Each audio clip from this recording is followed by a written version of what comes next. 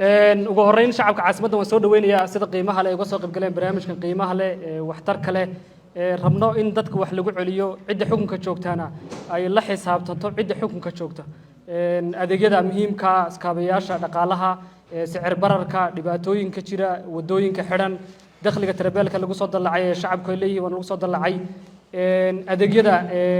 maamulka magaalada Jijjiga bixiyo adeeg bixinta afarta degmee la sameeyay qaab dhismeedkaas muxuu ka bedelay duruufaha magaalada xilligan ka jira ay ma yihiin go'aamada soo saaraya maamulka magaalada Jijjiga kuwa la jaan qaadaya xilligan shacabka caasimadda xilligan iska xijinayaan duruufahaas jira ma duruufo maamulku kaliya inta go'aan ka gaaray soo saaray mise waa duruufo shacabka lagu jaangooyay mise waa arinta gaadiidka oo kale dawladdu qaar ka mid waxay leeyihiin dadku qaar waxay leeyihiin dawladdu waxay ku jaangoysay baabuurta ee siga wataan iyo baabuurtan hartobada ee wataan marka waxaan rabnaa caawa inuu maayarku su'aal kasta oo bartan caawa ka jawaabo waxaan filayaa caawa maayar halka waxa ina hor taagan boqolaal ka mid ah shacabka caasimadda oo raba in ay su'aalo tarbiyad ay ku weydiiyaan adigana rajaynayno inaad si uga jawaabi doonto waafiya hal midaan codsanayno waxaan rabnaa inaan gelin waxyaalaha la xiriira etigiska inaan ilaalino inaan iska ilaalino waxyaalaha la xiriira qabyaaladda nidaamka waxa la xiriira qoomiyadaha inaan iska ilaalino wixii cadiifada inaan iska ilaalino wixii personal attack halka waxaan u joognaa inaan si waafiyo oo cilmiyeysan inaan u doodno qof kasta aragtidiisa fikirkiisa uu sheego kadibna jawaabta waafiya maayarkuna bixiyo maayarkuna caawa wuxuu waa maayarka ugu horeeyay shacabka caasimadda inta hor yimiday shacabku caawa waxay rabaan hay weydiiyaa yiri isaga laftiisa caawa geesini uu muujiyay waxaan filayaa diirgaro xoogan baa ka muuqda idinkana waxaan filayaa diirgaro xoogan baa idinka muuqda marka halka rabi roomeygo helin caawataan maleynaya marka ugu horeyn waxaan soo dhaweynaynaa maayarka maamulka magaalada Jijjiga maayar waxaan rabnaa intii tan iyo intaad xukunka timiday inaan ku siino 10 daqiiqo oo ku soo koobto bal wixii ku qabsoomay السلام عليكم عويس وناكسن هو الكورت عدالة كمان موقعة قبله ويكيري وحن كبضنين لاتن قبضات با فردي هولك ساسا كلاوياشن ويكيري وحن رجيني هذا صورة قلتاي داد كبضنبه صاقرين قبضا يوضيان نغضان وادما سنتين وجيددو وحويان دمانتين إن عندك سانو ديغان نبطة inaan dhisano deegaan hogaamintiisa la qiimeyn karo inaan dhisano deegaan aan inagu afkaarta aan wada leenahay aan ku dhisnay dantaan maanta halkan iskugu nimidnay waxa weeyaan annagu boqolkiiba boqol waan saxsanahay annagoo le halkan ma aanaan imanin naamisanahay khaladaad badan oo idinku aydaan ogeyn oon annagu ognahay baa jira ama duruufuha saamici waayaan in la saxo ama caqabado kale ha jiraan kuwa badan oo media aan maalin walba ka aragno iyaguna wixii aan ka qaban karaan ka qabno kuwa aan ka gaabinayna ay jiraan way jiraan sidaas oo kale dadku intay hogaamintooda hor yimaadaan inay sheegi karaan dhibaatooyinka jiray la isla sixi karo jigjiga qurux badan oo nabada la wada dhisan karo weyn afkaarta ugu weyn maanta waxa halka laga sheego iyadoo dacaayad hadal daliil kaliya ahayn waxa ka soo bixi kara fikir qorsheynta laga diyaariyo isfahan laga gaadho magaalada nolosha dadka wax laga bedeli karo ujeedadeena guud inay noqoto afkaar magaalada Jijjiga ma see wax looga bedeli karo maayar maxaa ka qaldan halkaas ka qaldan hadad sidaa yeeshana waad sixi lahayd marka in aan wax abuuro oo wax dhisno oo istiraatiiji aan wada samaysano oo magaalo qurux badan aan wada samaysano muhiimadda koowaad inay taa noqoto banaan expectation-kaygu weeyaan maanta inaan halkan ka helo afkaar dhalinyaro wax baratay odayaal iyo gabdho iskugu yimaadeen hoolkan inaan ku mashquulin waxyaabo yar yar oo la xalin karo laakiin aan ku mashquulo waxyaabo magaalada dhisi kara strategically nolosha mustaqbalka kotonka sano 30 sano 20 sano soo socda Jigjiga say noqon kartaa hadda sidaan u wadna ma ku gaari karnaa inaan doodo noocaas aan keeno doodo aan bari ama maanta ku eg inta badan ama faylasha maalin walba aan ku hayna xafiisyada ee aan dhamaanin routine-ka ee soo noqnoqda haddaan inaan ka doodno ay noqoto waxay noqonaanaa inaanan halkan kala tagin wax qurux badan oo magaaladan aan wax kaga qaban kara intuu Ilaahay qadaray inaan joogo idinkuna waxay noqon doontaa faylasha xafiisyada aan ku haynay macnaha badan aan lahayn maalin walba jiidan ku jiidada ahaa inaan halkan ku doodno aan ku kala kacno bay noqonay marka waxaan tala ahaan soo jeedin lahaa taladeeda shakhsiga ah inkastoo caawa idinka uu idin ka mid ahay oo aan xafiiskayga fadhiyin inaan ka doodno waxyaabo istiraatiiji oo nolosha dadka iyo hogaaminta caasimadda waxay sida u shaqeynayaan wax ka saxna baan soo jeedinaya waxaan saasoo kale si kooban muddo 5 daqiiqo ka badnayn idinku soo jeedinay waxaan maalin walba TV-da ka sheegno kulay waan sheegnaa maalin walba laakiin briefing si aad u xasuusataan baan idinku yiri celin si kooban maxaa la qabtay jigjiga wax badan baa runtii la qabtay xilku iskuul dhiib maalin baa nin baa loo soo dhiibay guud ahaan qof kasta oo magaalada soo maray deegaanka soo marayna adeegyada magaalooyinka waxba ku soo kordhinayay laakiin inta isbedel ku jiro waxaan isleeyahay tiro aad u badan oo kuwii hore ka badan baa runtii la qabtay biyaha waxba laga qabtay mashaariic baa la sameeyay saasoo kale kuwii sii jireen waa la dib u habeyn baa lagu sameeyay odogtiin heer daboolka biyo 18% bas oo ahaa ilaa 52 baa la gaarsiiyay weli maliin dadku biyo haystaan 48% oo dadka ka mid ah biyo ma helaan biyo nadiif ma helaan ama kuwa hadda haystay la isticmaalaan haddaan 50% oo biyo keenay 50 kalena halkii ka cabaanada la isweydiiyo kuwaas ay la isticmaalaan culays bay ku hayaan weli shaqa taale laakiin isbedel baa jira hadda ugu yaraan 13 ceel ayaa iyaguna socdo labadii ugu horeeyay waa jid dhamaadeen mustaqbalkana 52% ilaa 10% oo kale inay ku kordhiyaan baan rajaynaynaa ceelashaas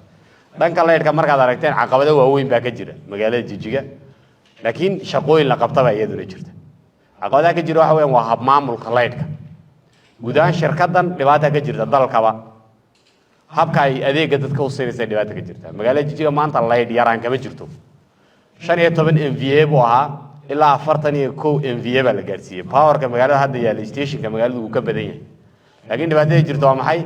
adeegaas sidii loogu talagalay dadka in loo gaarsiiyo in xaafadaha aan leed kala ahayn leed la gaarsiiyo oo tiirashi loo taago caqabadaas jira saasoo kale telefoonka 3G waa laga qaaday ilaa 5G waa meelaha qaar la gaarsiiyay sanadkan kaliya ilaa 18 tower baa la taagay magaalada Jijjiga isbedel baa jira adeegyada waxbarashada ilaa 4 dugsi sare la furay kuwa hoose sanadkan kaliya 4 dugsi hoose dhaxal la dhisay oo qaarkoodna dhamaadeen qaarna gabagabay ku jiraan sektorka waxbarashada waxa ugu weyn ee hospitaalka Karamar Hospital oo G+4 lagu daray qaybta hooyada iyo caruurta runtii shaqo weyn oo magaalada nolosheeda wax badan ka bedelaysa referral hospitalka aad ogtiin 19aad health centerka waa la furay inkastoo weli caqabado ka jiraan saasoo kale hospitaalka ableelaha loo dhan jiray ama Jijjiga hospital iyo isbedel laga sameeyay dhanka adeegyada dawladaha hoose oo dadku dhibaato badan ay ku qabeen waxyaabahan islaanay wad ku guuleysateen waxa weeyaan adeegyadaas waan dhaadhicinay waxaan u dhaweynay bulshada maanta magaalada Jijjiga waxa ka shaqeynaya ugu yaraan 5 degmo kuwaas oo 100% adeega bulshada siinaya maanta maayarka magaalada Jijjiga waraaq saxiixo isaga ku xidhan ma jirto maareeyaha magaaladana kuma xidhna waraaqad qof waraaq loo raadinaya ma jirto dhammaan adeegyadaas waxa lagu bixiyaa degmooyinka shanta gudoomiyayaal bay leeyihiin saasoo kale shaqaale hoosaad kala duwan oo adeegyada noocyadooda kala duwan bixinaya bay leeyihiin taas waxay naga anfacaysaa inaan dadka adeega u dhaweyno 4 sano 5 sano ka hor markaan maareeyaha magaalada ahaa waxa adeega dawladda hoose laga bixinaya hal xafiis baa laga bixinaya ugu yaraan 150 kaar baa sida caafimaadka la goosan jiray aroortii si maareeyaha magaalada loola kulmo maanta laakiin 5 degmo mid walba waxay leedahay maareeye saacada doontan aad heli karto adeega aad rabtan aad ka qaadan karto taas runtii isbedel weyn oo runtii la sameeyay bay ahayd ugu yaraan 9 qabale oo magaalada ku kordhinay oo xaafadaha qaar markaad aragto dawladnimadu meena gaadhinba su'aalahan xaafada tobnaad loo dhan jiray dhagaxayna gurmi wixii ka dambeeya wax dawladnimada kameena jirin boolis ma jirin xarun qabale ma jirin xarun caafimaad ma jirin dugsi waxbarasho ma jirin laakiin maanta qabale baa jira xaruntii caafimaadka la bilaabay saasoo kale dugsi hoose dhaxa u dhamaaday taas waxay ku tusinaysaa guud ahaan dalka adeegyada la dhaadhiciyeen in iyadana dadaal badan runtii laga sameeyay dhanka horumarka magaalada mashruuca qorshahagaha 10 sano ee magaalada la sameeyay saasoo kale waxa la dhameeyay mashruuca marinada magaalada Jigjiga oo corridorka in badan aan ka sheekeynay ku celin maayo saasoo kale jidad laami ah oo gaadhay 42 kilomitir baa la dhisay walkway ay dadku maraan 20 kilomitir oo nooca granite ka la yiraahdo kaareegiisu halka mitir square 12 kun oo riyaal yahay baa wadada la dhigay saasoo kale mashruuca CCC kaameraga oo nabadgelyada magaalada lagu ilaalinayo 85% dhamaaday oo magaalada xilligan qaybo kamid ah ka shaqeynaya dhanka dakhliga markaan u nimaadno ay dadku doodo badan runtii ka qabaan dakhliga magaalada isbedelka markuu imanayay 195 milyan bas oo ahaa maanta sanadkan qorshaha yaalo waa 5 bilyan oo lacag in la ururiyo 5 bilyan waa 195 milyan wax laga soo bilaabay Jigjiga maanta qorshahan ku shaqeynayna aan ku dadaalayna inaan ku guuleysano waa 5 bilyan oo lacag weeyaan markaan imanay xafiiska habeenkii waxa la soo ururinay 1 milyan iyo 900 oo lacag maanta waxaan ururinay habeenkan u yarnaay 10 milyan habeenkan u badannaay 12 milyan baan ururinay taa waxay noo saashay adeegyo badan oo magaaladu ay u baahnayd in aan ka qayb qaadano mashaariicda dhismaha dugsiyada waxbarashada jidadka baarkiyada magaalada laga dhisayo bridgeada laga dhisayo dhamaantood in doorka ay dawladda hoose leedahay inay qaadato wali iyada sidaa tahay dawladdu 50% mashaariicda magaalada laga fulinayo wax badan iyada qaadata dhanka sixir bararka suuqa sabtida iyo xadda la sameeyay dhalinyaradu inay si fiican u garanayeen baa laga yaabaa suuqaas laakiin haweenkaas si fiican u yaqaan suuqaas waxa weeyaan totally in qofka ganacsadaha ah iyo qofka customer-ka ee adeega u baahan iyo qofka beerta ka soo gooyay intaas la isku xidho isla markaana dilaalada dhexda ku jira ee qaaliyeynaya khudaarta iyo waxyaabaha baahiyaha gaarka ah loo qabo in dadka loo fudaydiyo beeralayda iyo qofka customer-ka intaas la isku xidho 8 suuq bay ahaayeen 5 kamid ah shaqeeya waan ka xumahay waan soo koobi barnaamijka dhaqo dheefso xisbigu uu qaatay 2 sano ka hor 30,000 oo hukuumad ba magaalada ka soo baxay maanta 160,000 oo hukuumad ba maalinkii soo baxa wali waxaan u baahanahay ilaa 700 oo hukuumad baan maalinkii u baahanahay deegaanka Oromia ukunta laga soo iibgeeyaa Jigjiga lagu iibiyaa laakiin dadaal baa jira saasoo kale wax soo saarka beeraha miyiga iyo magaalooyinka xooga la saaray aad iyo aad u maasan intaanan dadweynaha u soo gudbo waxaan rabaa inaan maayarka mikrofoonka maayarna dhiibin oo laba su'aalood ku weydiiyo waxaan ognahay in wadooyinka magaalada ay korodorka mashruuca sameysay guud ahaan xidhan yihiin dadku waxay leeyihiin dawladda hoose iyo maamulka iyo xukuumaddu waxay ku jaangooyeen nolosha ay haystaan kumana jaangooyeen nolosha bulshada hooyada caanaha iibinaysa ee suuqa imanaysa kumana jaangooyeen laakiin waxay ku jaangooyeen nolosha baabuurta bareedooyinka ay wataan iyagu siiga leh wadooyinka weyn maraya arrintaas maxaad kaga jawaabeysaa maayar waad mahadsantihiin runtii waa su'aal soo noqnoqota anagu xisbiyaan waxaan aaminsanahay xisbi baahiyaha dadka 100% xooga saaraya hadda mashaariicda fulinayna markaad aragtaan dhamaantood waxa ka muuqda dadka qaybooga kala duwan dad waaweyn dad yar yar kuwa baahiyaha qaarka qaba kuwan qabin guud ahaan baahida bulshada ee dhabta ee magaalooyinka jirta in laga jawaabo xisbiyaan waxaan ku shaqeynayna weeyaan mashaariicdan qabanayna way ka muuqataa taas waa guud ahaan waxyaabaha la qabanaya in dadka qaybihiisa kala duwan odayga dhalinyarada haweenka kuwa baahiyaha gaarka qaba iyo kuwa aan qabin bay in la consider gareeyo arrinta gaadiidka dadweynaha markaan soo noqono guud ahaan magaalada Jigjiga waxa ka jira dhibaatooyin la xiriira dhanka gaadiidka magaalada Jigjiga waxa baajaajta la joojiyay in ka badan 4 sano ka hor in taariikh la bixiyo hase yeeshee taariikooyinka waxa laga bixinayay gobolada gaar ahaan magaalooyinka waaweyn dhagax buur qabridaar goday qabri bayax magaalooyinkaas laga bixinayay dhammaan baajaajyadaas waxay ku soo noqdeen magaalada gudaheeda ku soo noqdeen taariikhda magaalada Jigjiga tan ugu dambeysay 15,000 ilaa 16,000 ma dhaafto maanta baajaajtu waxay maraysaa 23,000 bay maraysaa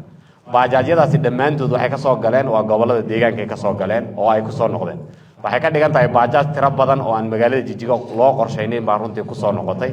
sidaas oo kale baajaajyadaasi magaalada falal dambiyo oo runtii aad u badan bay ka geystaan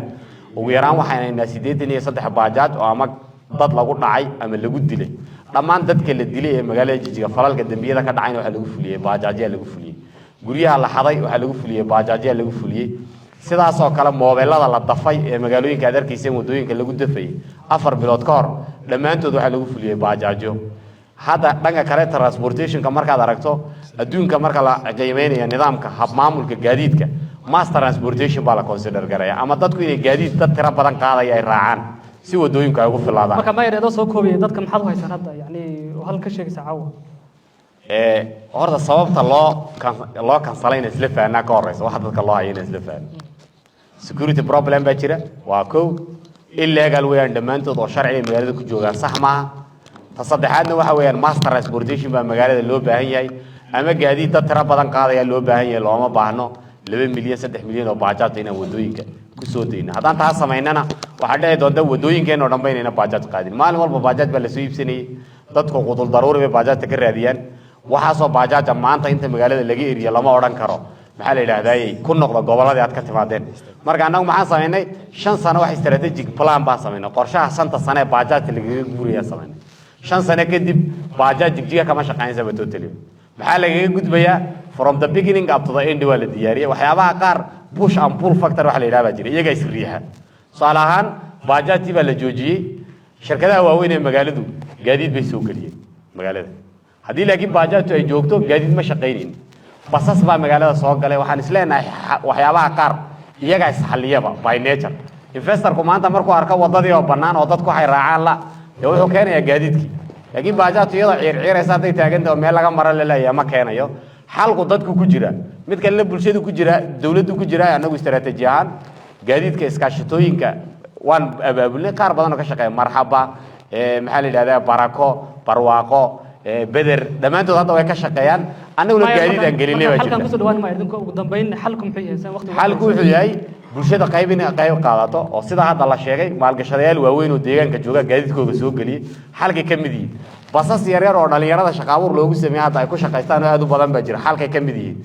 baajaajtu laakiin last solution oo magaaladana maaha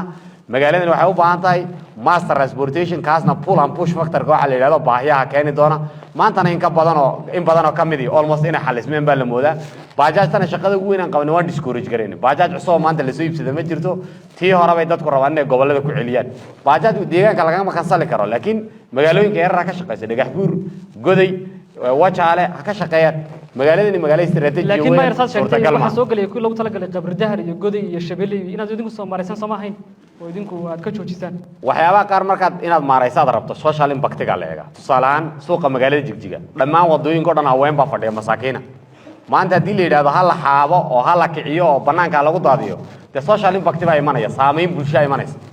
cunihii dadka laga hadlaya sharci laga hadlayo marka hadda waxaan ka hadlaynaa waa social impact maanta intay dhibaato keensatay wax dadka dhan ka hadlayaan hadii la yiraahdo 20,000 oo baajaaj magaalada ha ka baxaan maanta dhibaatada bulshada ku dhici karto aan garanayna marka gradually looga baxo mooyaan sharciga maalin la wado ma yar dawladahan go'aankan wax weeyaan wadooyinkaas inay xidhnaanayaan inta isbedel kala imanayo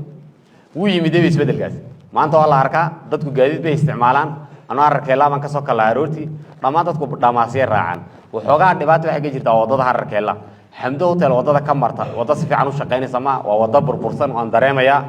xagga imika garab casa markaad u baxayso dhibaato ma jirto sababtoo wadada ay deegaan qofku uu mari kara wadada kale jooraamisina uu mari kara marka harkeela in laga wada hadlo la yiraahdo partially ma xallin kara qayb ahaan maya wadada wax maan ka qaban karaa dadka wadada ma u hagaajin karaa in laga wada hadlo mooyaane baajaaj in la soo celiyo su'aalo badan oo trebel aan haya marka waxaan sameeynaynaa dadweynaha siinayna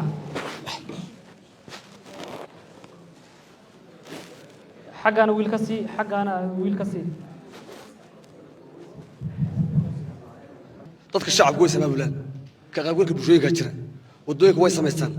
halka laakiin waxa ka maqan kaalinta dawladda magaalada jira أنا هذا وضع سمي وين سبب حفظ العقل يقول لا يحمل حد قلنا عيدتي لكن متسدح بروضة واحد نوع تشوين أو نوع عوين فإن اللي حفظ كله هي الديان أو عوين أربع نوع سكول أمريكان مركب حكرنا مواجهة تذكر مركز أبابلان إلى قرب كسيان أو وحي أباهي هنا كانت مواجهة اللي يودك تكله قرشاجة مايركو وصح قرشاجة وين بالقريو قرشاجة مو إنه نقول متكو قرنون كمبيوتر كتير أمالكو قرنه وين مجالده ويسعتها إلا 2 كيلومتر وين وضويك للسمايو أو لو حيو لفوليو هذا ما صنت حاجة سي حاجة ما تكون نقرية بسم الله magacaygu waa Axmed Qarabo waan salaamayaa mayorka ama duqa magaalada Jigjiga iyo wariyaha barnaamijka inoo daadinayay ruux labadaba waxa kale salaamayaa bulshada ila fadhiday barbar fadhida bulshadii magaalada ee ka soo qayb gashay shirkan عاول للي هي دوقة مقالة جيجيا دوقة iyo maamulka uu matalaba horta waxaan aad ugu bogaadinayaa horumarka ka jira maanta magaalada Jigjiga oo igu kalifay aniga oo ka mid ah dadka faraha yar ee heli kara inaan gaadiid ku socdo aan doortay inaanan gaadiid ku socon aroor duhur gelin dambe iyo gelin horaba aan lugeeyo laba sababood baana jira mid waa horumarka magaaladu gaadhay xagga dariiqa iyo dhinaca kale amniga labadaas sabab waa inaan lugeeyo su'aalaha marka laga yimaado bogaadinta meeyarka toos u galaad su'aasha toos su'aashaan doonaytaas bogaadin bay ahayd su'aashaan doonay inaan meeyarka weydiiyo anigoo dadajinaya 2 sanadood ka hor baan anigu halkan ku soo noqday deegaanka ku soo guriya noqday waxaanan u imid inaan sameeyo maalgelin dhul dawladdu leedahay ayuu meeyarku isiiyey oo uu igala shaqeeyay isaga laftiisu oo uu ii sameeyay waxaan la yiraahdo xujada ee ah lahaanshaha dhulka lagu yeesho deegaankan Soomaalida ama Itoobiya guud ahaanba isla bil gudaheed meeyarka dhulkii uu isiiyay ee dawladdu lahayd hunguri baa ka galay dabadeedna nin aan maalgeliye ahayn oo annaga oo ehela habeen iga xiga oo ay ilmaadeer yihiin oo wasaarad u shaqeeya ayuu ku qortay ninkaasuu ku qortay dhulkii meeyarka maanta iska leh su'aashayda u horeeya waxa weeye meeyar dhulka aad xaqdarrada igaga qaadatay ee aan xujadiisii haysto horta marka hore waxaan cadaynayaa waxa xujada leeyda inaanay ahayn damaanaqaad dhulkaagu uu ku badbaadayo war nin walo xujada haysto horay ka dhiso hadii kale war hadii kale 7 casho dabadeed u soo noqon mayst su'aashaydii laakiin warbixin bay ahayd su'aashaydii waxa weeye meeyar imika maalintii aad dhulka qaadatay ee xujada ninka kale ku qoratay guba laga jooga inuu ku kordhay waan huba garaad ma ku kordhayo ma xishoonaysayo ma ii soo celinaysa iikaadi taasi waa mid iikaadi waxaa kaloon raacinayaa taasi waa tii aniga ii khusaysay iyo dhulka aan ilaa iyo maanta haysto xujadiisii asalka ahayd ee uu meeyarka magaalada duqa magaaladu ka daba samaystay xujad ee uu qaatay taasi waa taa su'aashayda kale waxa weeye meeyar barnaamijkan imika aad ka hadasheen ee horumarinta dariiqyada waxaa ka maqan inay ka faa'iidaystaan bulshada intii u taagta yarayd shacabka dadkii bajaajta isticmaali jiray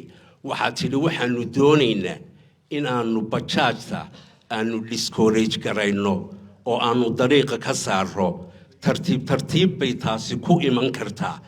laakiin iikaadi bajaajta canshuurtii aad ka qaadi jirteen su'aashii weeye canshuurtii aad bajaajta ka qaadi jirteen inama yaryar baa reero ugu shaqeeye ma ka dhinteen haddaad dariiqyadii u diideen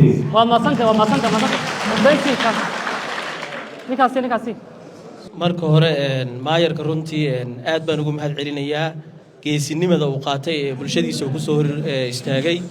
kullay bulshada meesha fadhida waa dad la xijecla keentay oo magaalada la xijecla kale su'aashaydu waxay tahay maayarka su'aashii bajaajta ayaan ku celinayaa dabcan su'aalo kalena waan hayaa su'aal bajaajka waxa keenta duruuf sayna ka wada warhelo qabno duruufta keenta waxa weeye mid waa qiimaheeda oo aad u jaban midna waxa weeyaan inay adkaysi u leedahay dhulka aan laamida ahayn maayarku wuxuu ka hadlay in la daboolay baahidii gaadiidka marka hararkeela laga soo bilaabo iyo marka jibriga laga soo bilaabo boqolkiiba 99 magaaladeenu sidaynu ka wada warqabno laami male gaadiidkan la keenayna kuma socon karaan oo qofka lacag badan uu soo siistay laamida haduu ka bixiyana uu ka jajabaya tusaalaha ugu wanaagsan waxa weeye magaalooyinkii inaga horeeyay Naazreed Bahardar Hawaasa Maqale diradhaba dhamaantood bajaaj way ka shaqeysaa istiraatiijiyad lagu joojiyana lama qaadan sababtuna waxa la eegayaa heer daboolkii laamida iyo gaadhi u adkaysan kara laamidaas weli ma la keenay waynu ognahay foorsida meelaha ay ka shaqaysay bajaajtan yaryar ee kale inaynu ku dayno ma aha Hargeysa iyo dhulka kale inta badan gaadiidku iska jaban yahay marka arintaas ma dhuuxdeen oo ma falanqayseen su'aasha kale waxa weeye hal su'aal bas ku daray hal su'aal bas taywankii gubtay oo dadku su'aalo badan ka qabaan goorma la bilaabaya bishee la bilaabaya adigoo macnaha magaci maayirka ku hadlaya taywankii gubtay goorma bulshada loo bilaabaya lagu wareejinaya aad baad mahadsantiin oo maasanta xagga dambe su'aasha hadda dadka ugu dambeysay bismillaah marka hore waxaan salaamayaa maayirka waana uga mahad celinayaa inuu kalsooni shacabkiisa ku soo fadhiisto su'aashayda haddaan toos u galo maayirka waxaan weydiinayaa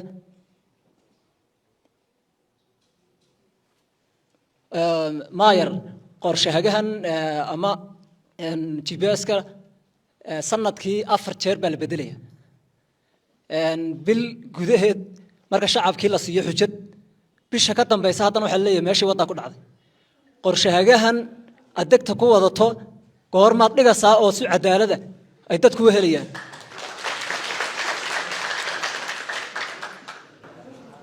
taasi waa su'aasha koowaad bes oo maasanta hal su'aal hal su'aasha labaad waxa weeyaan cashuurta weeyaan su'aasha labaad waxaan rabnaa qof kasta hal su'aal siin aad baad maasanta ka soo qaad sheekha ku xiga si waayahay maayirka magaalada anu waxa weydiinayaa su'aal hadda ka hor waxa insaaka anagu hoolka sayid maxamed cabdalla xasan joogna uu ballan qaaday oo ku galay olahaasi wax kale ma ahayn waa wada uu hadda ka dhawaajiyo wadada jeelka tagta saacada la joogana waxa insaaka uu og yahay maayirku wadada jeelka waxa weeyaan mid uu hagaajiyay ta kore wali sideedii waxa insaaka waxba uga bedelin bulshada halka joogtana waxa insaaka aad bay ugu rafaasan tahay maayir wadadaas maxaa kaaga qorshaysan olihii hore doorashadii waan ku galay waan ku dooranno waan kugu soo saarnay iminkana waad hor fadhidaay ilaahay baa xilka ku dhiibay maxaa wadada kaaga qorshaysan bismillaah wa salaamaya maayirka iyo wariye Cabdiraxmaan Buux anu laba su'aal oo kooban ma qabaa maayirku wax lagu qanacno muu sheegin markuu yiri bajaajta waxaanu oga xanibnay meeshan faldambiyada badan dhamaantoodna waa wada khaladaad bedelkeeda maayirku muusan sheegin wanaaga iyo wax ay qabato bajaajta oo maanta haday gabadhi ka foolato cidda kaliya ay ku qaadaysaa gaari dadweyne ma ahay waa gaariga bajaajta aad ugu leedahay weeyaan marka taa bedelkeeda maayir wax lagu qanaco oo de nakaafin kara lama sheegin marka laga rabay inaad isku danayso intii ay siiga sidata baabuurta wadata ta kale go'aankan marka la sameeyo miyaan la daraasadeenin go'aamada badanaa la sameeyo daraasaad kuma saabsana waayo ganacsatadii imika dumisay cid haba yaraatay damaanad aan siinin aan dhaqaale u celinin rabay inuu wadada marinada marka la sameeyo kadib uu isagu ka faa'iido badidood way xidheen go'aankaad in ku sheegaysaan waxaad mar walba ka dhawaajisaan inaad danta shacabka ka shaqeynaysaan danta shacabka dukaanka la xiriya miyaan danta ummadda ku jirin sidee marka aqliga idin siinaya in dadna aad xanibtaan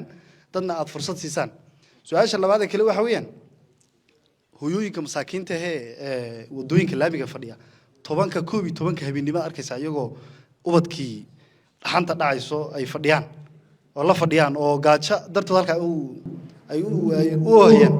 yey mas'uuliyadooda timaayir maxaad wax ugu qaban weeyday waa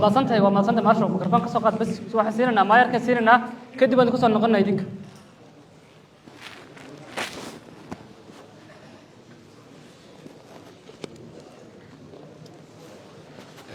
mahadsantihiin gurigu su'aalo fiican dhammaantood si fiican u fahantay mahadsantihiin in badan ma fadhiyayna dhimal haddaad idinku karaysiin annagu waan fadhiyaynaa aan ilaalina un nidaamka si aan isku dhegaysano waxaan codsan lahaa qofku intuu su'aashiisa dhammaysan isagana si fiican loogu daayo si uga bogto su'aasha idinkuna waqti fiican aad bixisaan oo haddee uu dheeraan shirku kol haddii la ogolaado in qof kasta siduu rabo uu hadlo marka taana idinkuna dhinaciina inaad qaataan dhanka wadooyinka xaafadaha waa dhaliil jirta weeyaan waan qaadanaynaa axmed deeq siduu soo jeediyo weeyaan dhibaatada ugu weynayna haysata waxa weeyaan magaaladan speedka ay ku korayso baahida jirta iyo kabaasiga magaaladu aad buu kala weyn yahay su'aal ahaan hadda markaan imanayay magaaladu qaab dhismeedka qabri bayax dhagax buur iyo wajaalay lahayd magaaladani magaalada ku soo xigta oo godaya ugu yaraan 7 ilaa 6 jeer bay ka weyn tahay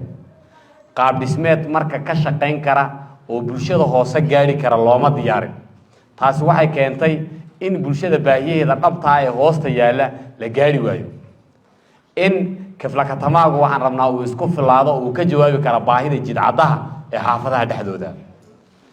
dhan kalena waajibaadka bulshaduna way gabtayo dadkeenu inta guryo qurux badan dhistaan oo aad u qurux badan yuuna lowd caraana dhiganaynin niista iyo dhagaxdii uu ka hadhayna uu kaga hortaga taana inaan iyadana si clear u sheegno nidhaano war haddii dawladdii la waayeyba oo ay meeshii iman weydo waddooyinka xaafadaha ay hagaajin weyday oo awooddii ay saamixi weyday dee dadkii aaway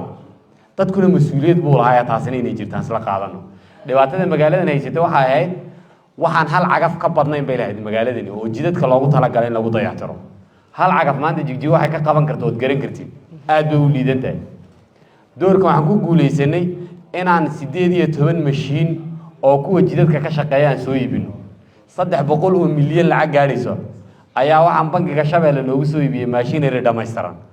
baahidaas waa dhaliid jirta waan qaadanaynaa maanta maalinkeeda insha Allah haddii Ilaahay isku keeno ama qof kale oo mas'uul halkan ku hor yimaadana baahidaas inay soo noqonayso ma qabo laakiin dhaliil jirta oo ay magaaladu leedahay wadooyinka xaafadaha ama awoodeedu ha gaari weydo ama qaab dhismeedku ha liito ama machinerygu ha yaraadee dhaliil jirta weeyaan dadkuna xaafadaha magaalada dhexdeeda dhibaatay ku qabaan waan qaadanaynaa arrinta waan ansaxaynaa insha Allah arrinta master plan ka la xidhiidha master plan horta waxyaabaha qaar bulshadeenu ma fahmin waxa jira wax la yiraahdo national special plan qorshahagu wadanku leeyahay deegaanku wuxuu leeyahay waxa la yiraahdo regional special plan qorshahagaha deegaanka oo jigjiga dhagax buur iyo goday xiriirka ka dhaxayn kara waa maxay national regional special plan ka sheega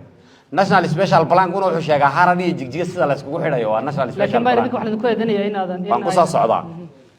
waxaan anagu sameeyna marka magaalooyinkuna waxay leeyihiin master plan wax la yiraahdo master plan ka waxa ka hooseeya wax la yiraahdo local development plan ama LDP ama shax idinku waxaad u taqaaniin waxa ka sii hooseeya waa urban design waxa ka sii hooseeya wax la yiraahdo corridor development oo ku aragteen magaalada jigjiga laga fuliyay waxa isbedela master plan jigjiga lama bedelin ana difaacaya master plan jigjiga lama bedelin master plan ka waxa lagu bedelaa 10 sano hal mar baa la bedelaa wadooyinka 20 ilaa 30 40 80 ya master plan ka lagu sheegaa waxa la bedelaa waa shaxda shaxduna waa local development plan ama shax waxa la yiraahdaa 2 sano iyo badh buu bayaanku ogolaanaya hal mar in la bedelo baahida dadka iyagoo la eegayo khaladada injineerada iyadu marka la sameeyo la bedelayo ay sameeyaan oo ku jirto nin jeclayso ku jiro idinkuna aad dhax gashaan oo qayb ka noqotiina way jiraan laakiin ma wax la ku eeday idinka waxa weeyaan laakiin arrintu waxa weeyaan wada xidhnayd oo maxay habeenkii xilliga soo toosaya iyadoo la furay marka wado xalay furayd oo maanta xidhnay dadku xoog ku kala xidheen mooyaane wadada anagu master plan aroor walba master plan lagu ma soo toos ana hadda 2 sano jooga 2 sano hal wada oo master plan ka ama lagu kordhiyay ama laga jaray ma jirto 3 sano kadib laakiin markay gaadho la disku isbedela dhulku isbedelaya waxay isku bedelayaa salahan dadkeen waxay yaqaanaan meel dan guudii inta ay dadku si raafis kaga degaan inay degaan bada caadi ay u degaan qasab meeshaas maxay noqonaysaa dantii guud inta laga saaray in dadkii shax looga bixiyo layr iyo biyo loo galiyo master plan ko in la hagaajiyo imika saaran xaafada 13 oo kale ama hararkeela uu shaqada layrka waxa ka dambeeyo oo dhan 10 sano ka hor qorshaaga waxa loogu tala galay dan guud baad warshadeey laakiin qofka beeraleyda baadiyaha ka soo guura ma yaqaan dan guud meel baalaabta iska dhax dhigta way degeen dadkii markay degeen 10 sano kadib maxaa la arkay meeshoon de warshad baahayn oo degeen qasab qorshahaagii inta revision lagu sameeyo dib habayn lagu sameeyo waa in dadkii wadadiina loo bixiyo layrkiina loo galiyo iyada arinta odhanaysa qorshahaaga ma la bedeli kara wala bedeli kara 10 sano lagu bedelaa shaxda 2 sano iyo badh baa lagu bedelaa habeen walba laakiin qorshahaaga cusub loo soo tooso arinta sax maaha laakiin ma yar wax kale oo ku eedanaya in mas'uuliyiin wadooyin furta ay jiraan oo dadkii shacabka laftooda ay awoodin iyagu laakiin waxyaabaha qaar markaan ka hadlayno waxyaabaha qaar sida uu adeer Axmed soo dhigay oo kale waxyaabaha qaar aan ka hadlayno in specific laga dhigo fiicanta wada hiblaayo oo laamay ahayd oo shaqeynaysay oo xaafada u shaqeynaysay baa laga xiray in la yiraahdo waa clear black and white weeyaan laakiin sidoo wayna soddon ma laakiin waa jidadka xaafada ka dhaxbaxa anaaba sheegay shaxdu way isbedeshaa 2 sano iyo badhkiiba salahan waxay isku bedelaysaa waxa weeyaan 2 sano iyo badh ka hor meeshii dan guud ahayd maanta deegaanka dadka degay informal settlement Addis Ababa informal settlement uu ka jira adduunkana uu ka jira Addis Ababa almost 9 qabale baa sanadkan kaliya la kiciyay 9 qabale xaafad ma 9 qabale oo informal settlement la kiciyay waa 9 xaafadood sagaal xaafadood baa informal settlement loo kiciyey marka informal settlement markuu samaysmo de waa la sixi oo planka lagu sixi laakiin maanta aan wado ka xalay baan wado ka seexdo aroortaan iyadoo xidhan u soo toosay ma jirto arrintaas dawladnimadeena ceeb bay ku tahay Soomaalinimadana ceeb bay ku tahay intaas baydaweyna waa anagu horta laba un baan u dhaxayna laba dhagax dhexdoodan ku dhimanay ninna wadadu xidhanaya midna uu ka cabanaya daraarna Facebook waxa la soo dhigay un gurigeygii baa la dumiyey waa ninka gurigiisa maxaa loo dumiyey waa kii wadada xidhada raadinaysidii ku kalena uu cabanaya wuxuu leeyahay wadadii baa laga xidhay marka dadaal fiican baa jira wado kas loo xidho maanta ay shaqeynayno shalay shaqeynayso horta ma jirto master plan-ka markay noqoto 10 sano kasta waa la bedelaa oo magaaladu way koraysaa shaxda marka la yiraahdo local development plan-kana 2 sano iyo badh kasta wax waa laga sii karaa su'aalaha kale ma ayna ku soconaa